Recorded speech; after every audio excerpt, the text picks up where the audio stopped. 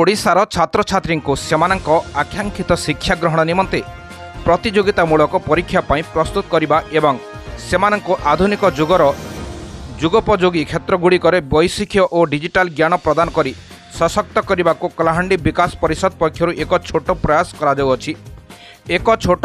करा परिषदर अध्यक्षा डॉक्टर सुनीति मुंड जणाइछन्ति। आम राज्यर आर्थिक अनग्रसर अथच शिक्षागत दृष्टि समर्थ छात्र छात्री संप्रति अनेक पाठ्यक्रम उपलब्ध रही से मध्यरु बिघोर अनुष्ठान को जोगाजोग करी आमे प्राय 52टी पाठ्यक्रम ऑनलाइन रे छात्र छात्री उपलब्ध कराउथिबा संपर्क में डॉक्टर मुंड सूचना दैछन्ति। छात्र छात्री माने सेमानंकर पसंदर पाठ्यक्रम रे डिजिटल पद्धति रे शिक्षालाभ करि पारिबे जहाँ से मानकु सही सब क्षेत्र रे जणे कौशली लोक शक्ति भाव में गढ़ी तोलिबा सहित सेमानंक पई नियुक्तिर सुजोग परिव्यक्त करिबो।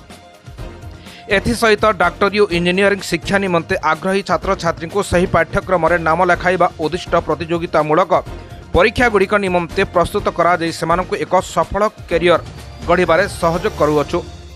आमर मूल लक्ष्य आर्थिक अनग्रसर पिलामानंकु शिक्षा और सेमानंक कैरियर रे आगकु बढ़िबारे आवश्यक समर्थन जोगाइदेब।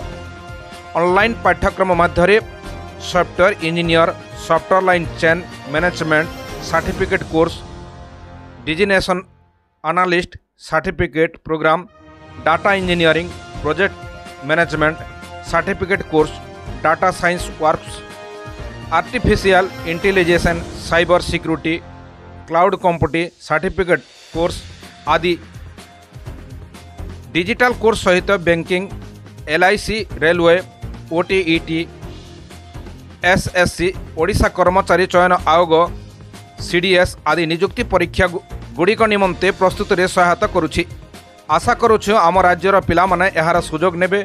बिघोर अनुष्ठान रो ऑपरेशन मुख्य निहार पटनायक, डिजिटल पाठ्यक्रम मुख्य परिचालक ज्योतिरंजन दास, सह परिचालक सौरभ कहर उपस्थित रहिथिले। कोर्सटा केते तांको आगो को नौची से निजे फील करि परिबे तेणु सेही संपर्क रे अवगत करबा पई आज मो विगोर अनुष्ठान रो हमर बंधु मानकु मु एटा को कलाहांडी को भवानीपाटना ए प्रेस मीट को डाकिछि एवं सेमानको माध्यम रे समस्त कोर्स गुड़िक जीव आपण मानक पाखरु पिला मानक पाखको।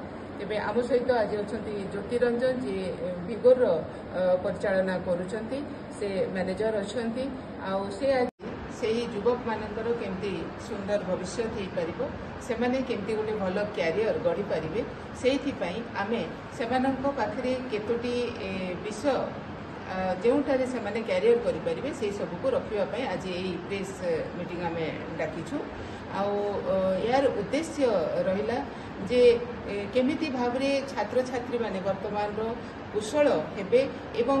ब्यूरो रिपोर्ट, निर्मल टीवी।